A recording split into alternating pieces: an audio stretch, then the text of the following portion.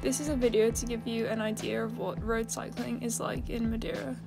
It somewhat flies under the radar in terms of cycling destinations, but it's one of the best places I've ever ridden. I actually didn't see a single other road cyclist until the very last day, which was insane. In my opinion, Mallorca and other well-known places pale in comparison, but it of course depends what your criteria is. If you don't like really steep hills, then it's probably not the place for you. Most of my rides had about 1,000 feet of climbing for every 5 miles, which is a pretty ideal ratio in my opinion, but obviously rather tough going. I didn't do much research before coming here, which was a bit foolish, but luckily I packed my 34 cassette, otherwise I'd have been in big trouble on most of the gradients. Unfortunately, this is pretty much just rear video footage, but I split it into a few sections, including some highlights and general riding. I stayed on the south side, not far from Funchal. There's an area in the middle of the island without many roads, so you couldn't ride between there super easily. It's a small island, so you can travel around and get in lots of riding all over the island if you had a means of transport. It only takes about an hour to drive from the 2 furthest points. Most of the riding I did was down south, with the exception of one day up north, which, you'll see in a bit. So first of all, I've included this urban wall section. The first thing you'll probably notice when you arrive is how absurdly steep many of the residential streets are.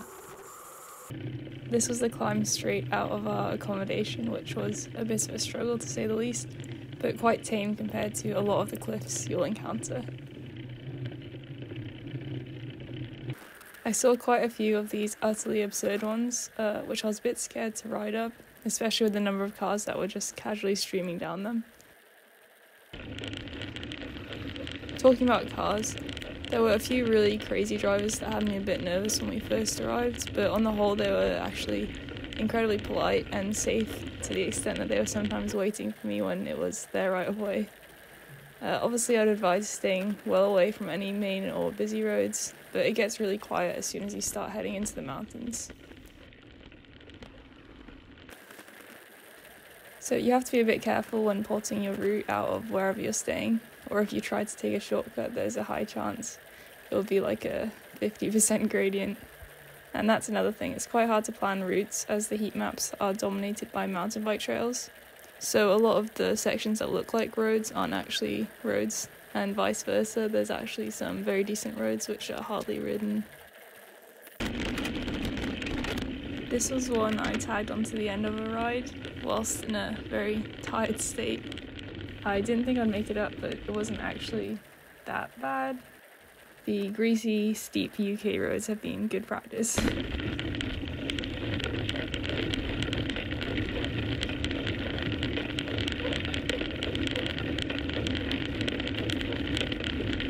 And descending it was an interesting experience. I saw a lot of roads when I was out walking that I was itching to attempt. It'd be fun to just do a ride where you stay low and head up and down every steep street you see, although you might need mountain bike gears after a couple. The Google Maps Street View coverage is also somewhat lacking. It's either very out of date or non-existent in some places. So I did have to take a few risks and just hope the roads were alright, which luckily turned out very well on all but one occasion. Nice. Pico do Arieiro is the 3rd highest peak in Madeira, and the highest you can get up to on a road bike. There's a few different ways of riding here. The most common is from Funchal, but this is a bit more of an outbacky route I did, starting in Porto Moniz for a northeastern approach. Very few people seem to have ridden this entire segment. I seem to be the only female, which is kind of crazy. Although the last bit is an out and back section to the viewpoint and radar. A whopping 11 of us have done the main climb portion. Around here I kept hearing a rustling sound next to me and then realised that there were hundreds of lizards or geckos in the wall there, which was kind of cool.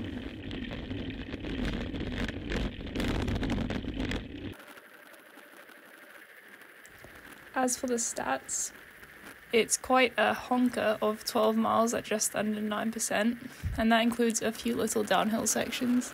so most of the time you're climbing, the gradients are in the double digits. The roads here are a bit bumpy, but still perfectly fine to ride along. You pass through lots of little villages, but it's very quiet apart from the odd bus, and it feels quite jungly with lots of lush vegetation, for lack of a better word. While tough going, it's a super tranquil climb that I just really enjoyed. The other routes up are also relatively quiet, but I think this was my favourite. It's not so quiet to the point where it's like scary, but it's pretty isolated from any tourist traffic. You still pass the odd shop if you find yourself in need of fuel or other supplies. You're surrounded by banana plants, palm trees, and some cool architecture, quite unlike anywhere I've ridden.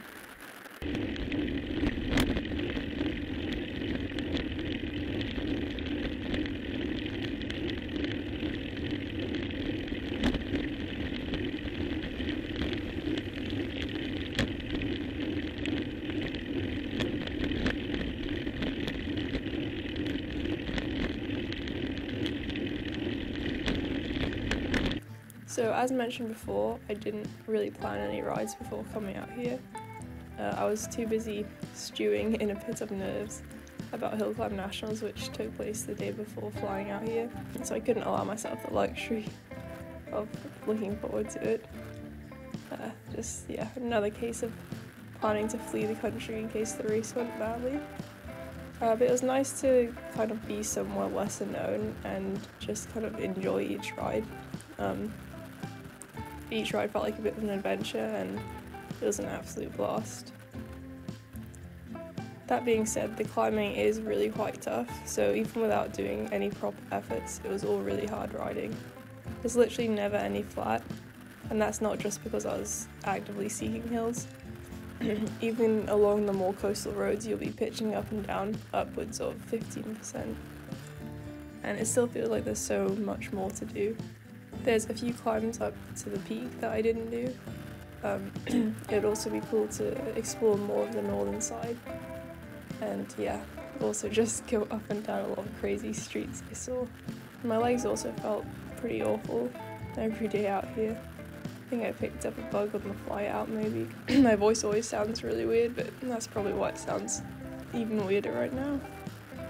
A fun fact is that one of the most popular drinks on the island, poncha, which is made from, I think, distilled alcohol from sugarcane, honey, and either orange or lemon, I think. It's thought to have abilities to cure the common cold, so yeah, I don't think I drank enough of that. After a little over 4 kilometers, you join the ER 103. And from here the road surface gradually improves and traffic starts to pick up. While this is running, I'll show a few of the other routes that you can also take to reach the peak. I did a couple of climbs up from the airport, which joined at the junction we'll see later on. These were generally well surfaced, also quite quiet roads, and very steep, which was my kind of thing.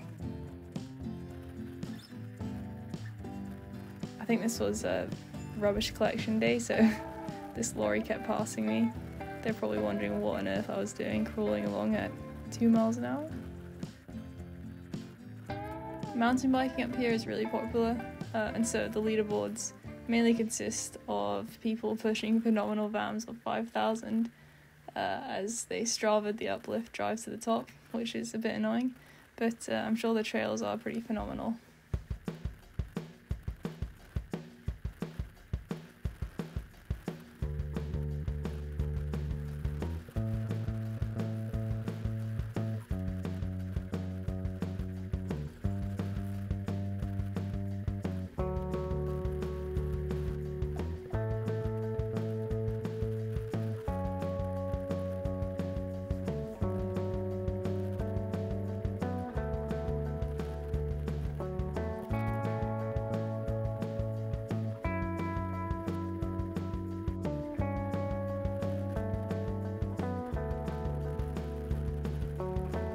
So going back to the previously mentioned ascent from Funchal, I climbed bits and pieces of that road and descended the majority of it on most of my rides. The first few miles of whichever way you leave the coast are a bit messy, but the upper slopes are once again very well tarmacked. But expect to see lots of double-digit gradients with only a few moments to catch your breath.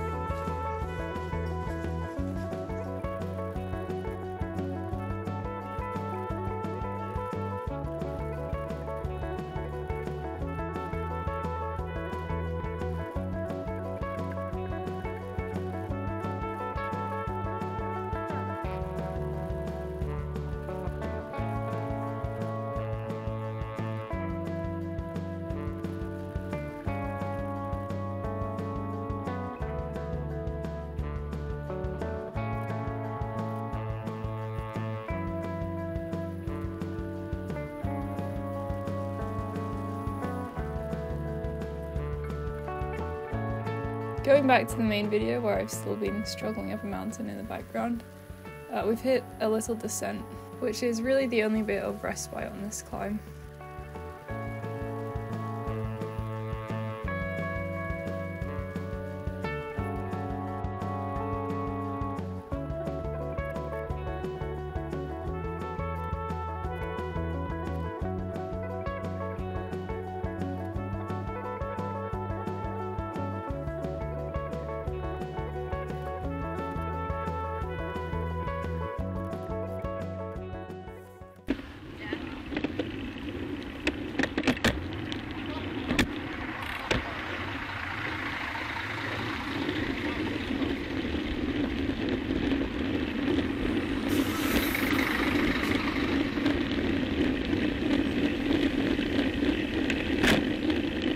As you can see, this is a bit of a tourist hotspot. So this is Ribeiro Frio. The hiking trails on the island are labelled as PRs, and this is the start of PR 10 and 11. So the hikes take you through levadas, which are a key feature of engineering work in Madeira. There's a system of channels or aqueducts throughout the island which transport water around for agricultural purposes, energy and human consumption. And yeah, you're never too far from one. There's also various other attractions around here like canoeing, motocross, but I'd rather just cycle up the hill instead. I'm not sponsored by the Madeiran Tourism Board, by the way. I think that's reserved for Ronaldo.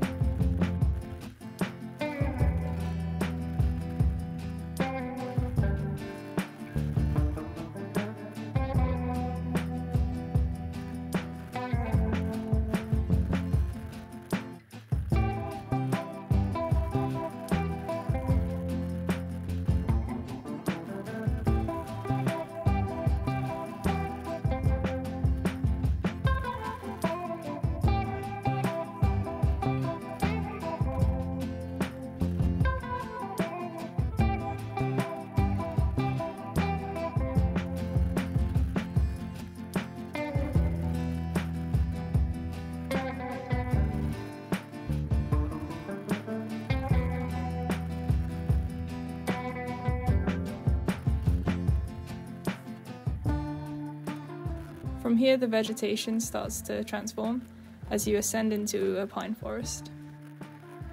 In terms of the climate on the island, autumn was a great time of year to come. It was wet when we arrived, but it cleared up nicely and was pretty ideal the rest of the time. Generally in the mid-20s at sea level, and then 13 or 14 degrees up at the summit. Although it is a very long descent, so it's a good idea to carry some clothes, especially if there's not much sun about.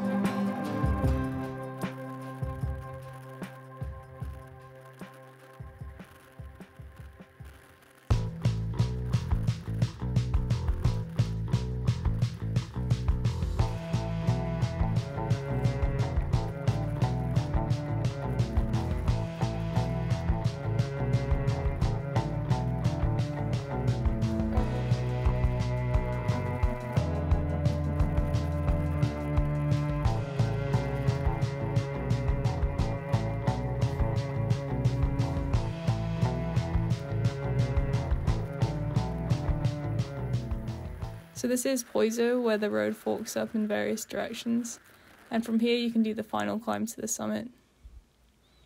I stopped to have a snack because, yeah, I was just used to my little 5-minute UK climbs at this point. And then off we went. This final bit of the climb is about 4 miles at 6%. The gradient's not super consistent, so lots of pitches and undulations in there. And you finally get a sense of how high you are as you leave the tree covering. The volume of traffic starts to increase, as the summit is one of the most popular spots on the island. And most of the time you're climbing, you can see the radar tower in the distance. It kind of feels like you're never getting any closer to it. Here's a snapshot from my descent to give you an idea of what the road looks like ahead of you.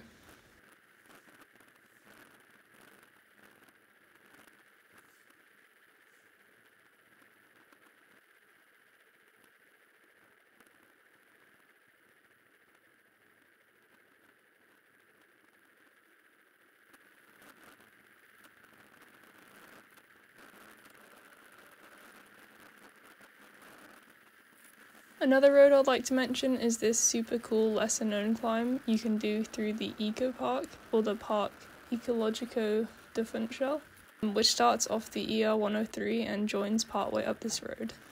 It doesn't have any Google Map imagery, and it looks like it might be a trail when you first see it on a map, but it turned out to be an absolute gem of a road. Really quiet, as it's, I think, labelled as a dead end and shut to traffic, at least when I was there. But it was one of the coolest roads I've ever ridden on. Just really quiet, peaceful, stunning views of Funchal and the sea to your left. And also, yeah, I mean, quite a tough climb as you can come to expect from riding on Madeira. But definitely recommend checking that out.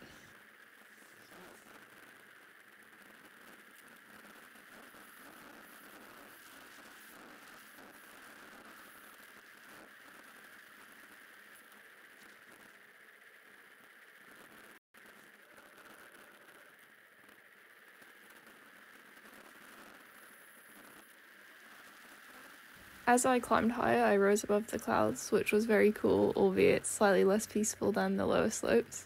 At the summit there's a few shops and things, and some popular hikes that leave from the summit, although they were actually shut this week due to recent storm damage. Hikers can get to the highest point in Madeira. Obviously you can't cycle there, unfortunately, but that's Pico Roivo. I imagine it gets even more busy up here when the trails are actually open.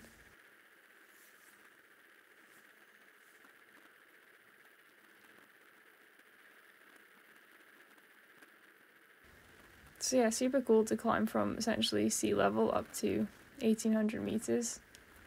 I mean, that's a pretty hefty climb, rivals some of the toughest ones in like the Alps and the Pyrenees. And I didn't even know it existed. Super cool experience to climb through such varied terrain. And the gradients nice and steep all the way up made it a really fun climb.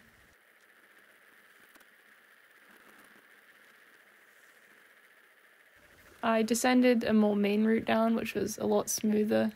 I showed bits of that earlier. Those are really nice, fast roads for descending.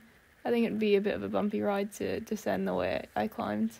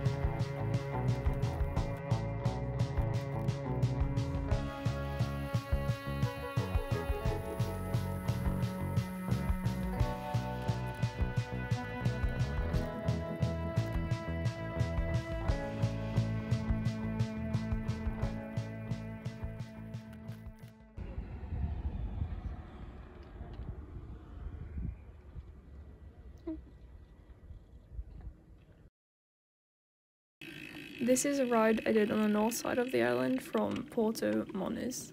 The first thing of note is that the weather was noticeably worse. We left the pure blue skies of the south and arrived here to some pretty stormy clouds, although luckily it wasn't raining by the time I got out. So this is a really cool climb I did right from the port. The camera here doesn't do it justice, but you can see the hairpins stacked above you as you climb. It's another steep one at 12% for about 4 kilometers, and then it levels out a bit as you start to head more inland.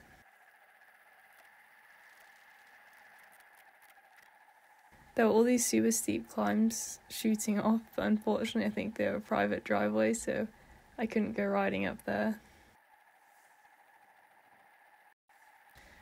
Porto Moniz is known for its natural lava pools that you can swim in, and it was certainly getting busy later in the day. Although, somewhat typically, some of the pools were shut because the waves were a bit extreme.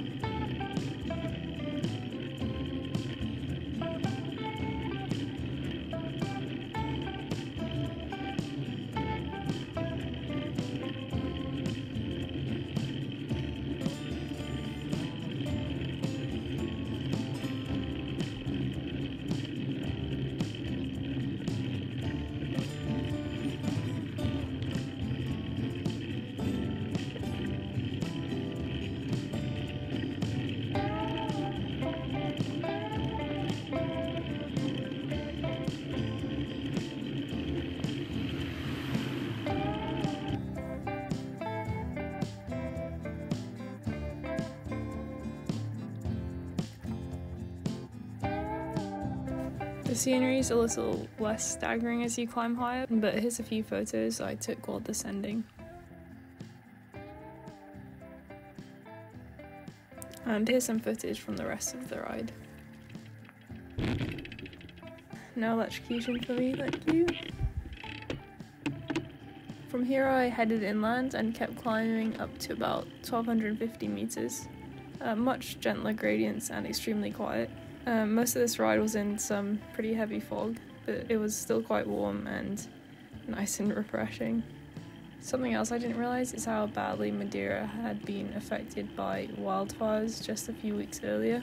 So the landscape was just absolutely scattered with black and bare trees. It was a bit surreal to ride through, felt like a Star Wars landscape, but yeah, quite sad to see.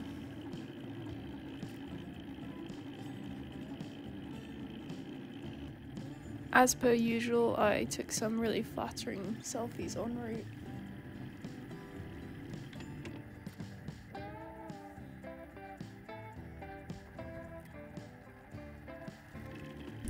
After descending back down this main climb, I started going on a bit of an adventure down to a cable car viewpoint, but then thought better of it because there are these massive jungly drops and it was getting a bit spooky, so I skedaddled out of there.